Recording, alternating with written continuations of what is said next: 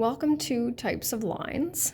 This is looking into a little bit more detail as to what lines look like depending on on the numbers in our equations. We'll just do a little bit of a quick review here. So first of all, y equals x plus 5 is an, no, it starts with a vowel, right? Yeah, it's an equation. All right, left side, right side equal sign. Just slide over here. So we can graph this equation. There's only one method that we know, and it's the only one that we'll learn in grade 9. 2 more that we'll do in grade 10. We can graph it using what's called a table of values.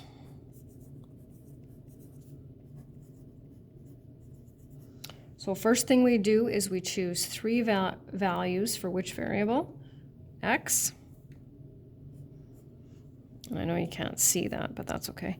Then we substitute them into the equation with our work, right? And then we solve to get 3 different values for y. And how many ordered pairs are there on every line? Infinite, right? So they're not all x and y coordinates are integers, for example, but we can have all kinds of fractions and decimals. And any value we can think of for x, we can put into the equation and get a y coordinate. And then we write the ordered pairs and plot them on the Cartesian plane. So we'll do that for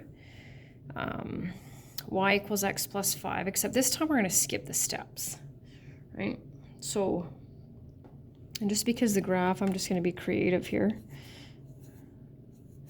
So it's y equals x plus 5, so negative 2 plus 5 is 3. 0 plus 5 is 5, and 2 plus 5 is 7. So negative 1, 2, 1, 2, 3. 0, 1, 2, 3, 4, 5. And 2, 5, 6, 7.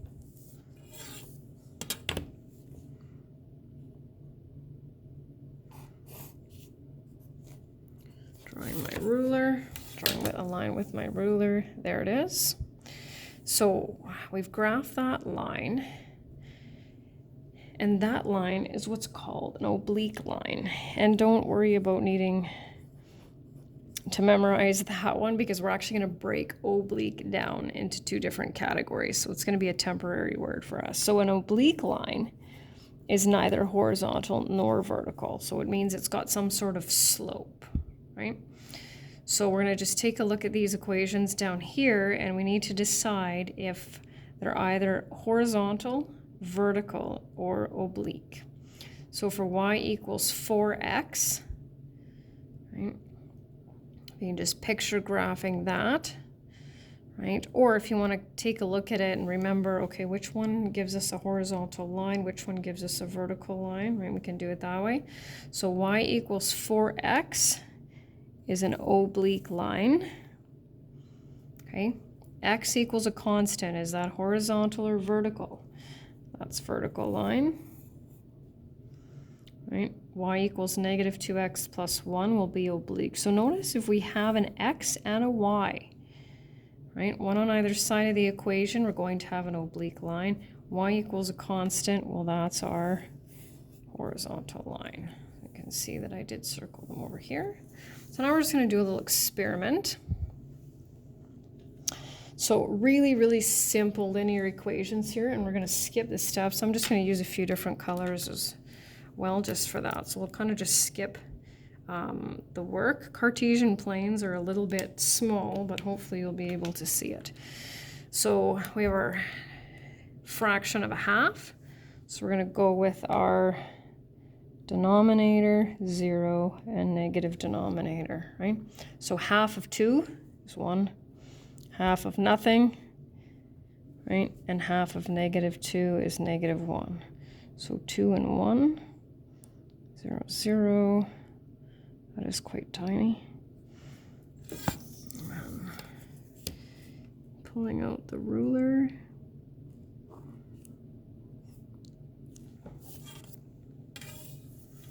Okay, so there's the first one.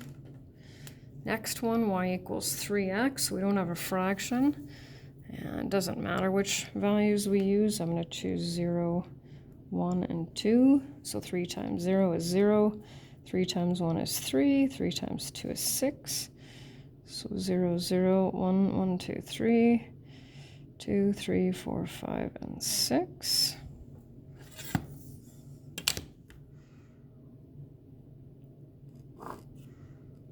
Okay. So there are our first two lines. And then moving over, this time we have negative x.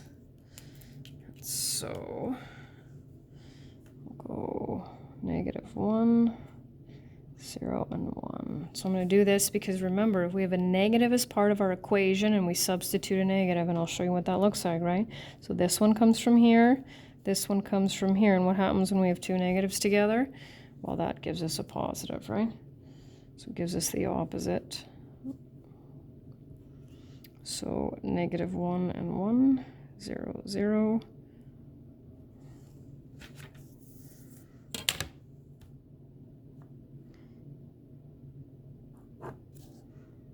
And one more, another one with a fraction. So what are we going to choose? We'll choose, oops, wrong color. Denominator. 0, negative denominator.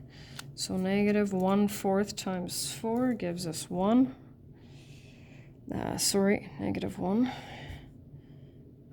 -1/4 times 0 is 0. And negative times a negative is a positive. So 1, 2, 3, 4. Goes through the origin. 1, 2, 3, 4. There we go. To make sure they're evenly spaced apart.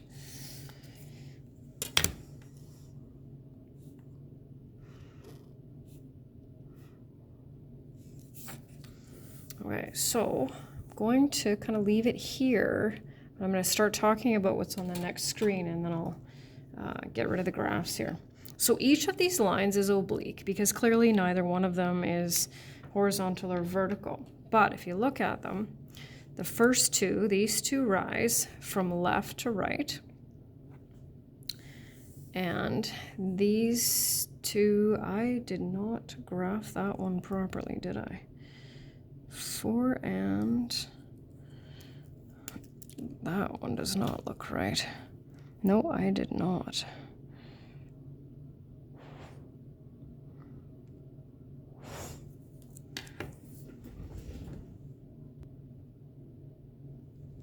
And these two lines fall from left to right. So you can clearly see that they're different. What we want to do is figure out what part of the equation makes them do that. So if you look at, let's go back over here, okay? And so if we take a look at these numbers, right? These give us these types of lines. And these equations give us these types of lines.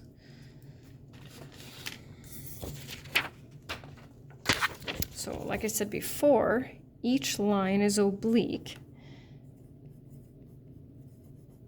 However, the first two lines rise from left to right, and the second two lines rise from right to left.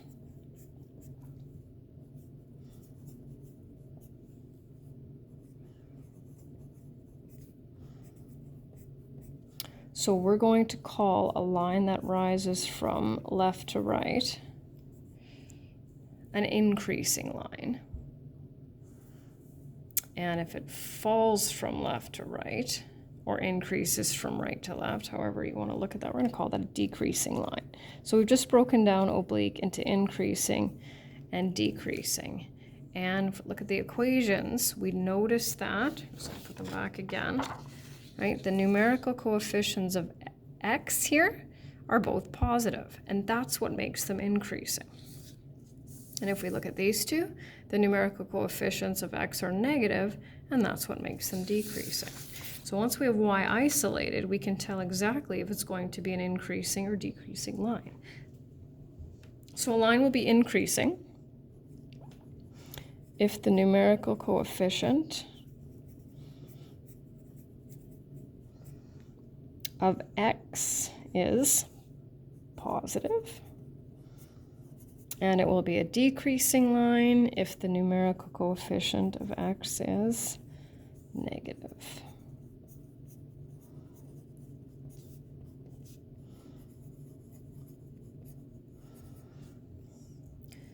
So what we want to do is look at each of these equations and determine whether they will be increasing or decreasing. And remember, y has to be by itself. So y is by itself, negative numerical coefficient, and so decreasing line. I'll just leave it here. I won't go back and forth. Y is by itself, positive numerical coefficient, increasing. Right? Y is by itself and a positive. Now, what do you think the number actually does? Well, the number, of course, itself does something too, right? So that actually determines how steep the line will be. And we look at that a little bit more in grade 10. So y is by itself. So I'm circling decreasing over here. So y is not by itself, right? And if it asks you to isolate y, then you've got to subtract 4x from both sides, right? And we can see that once we subtract 4x from both sides, we'll have a decreasing line. Dividing both sides by 2, right? We'll have y still stays positive. And then last but not least here, let's go 3y equals negative 5x plus 8.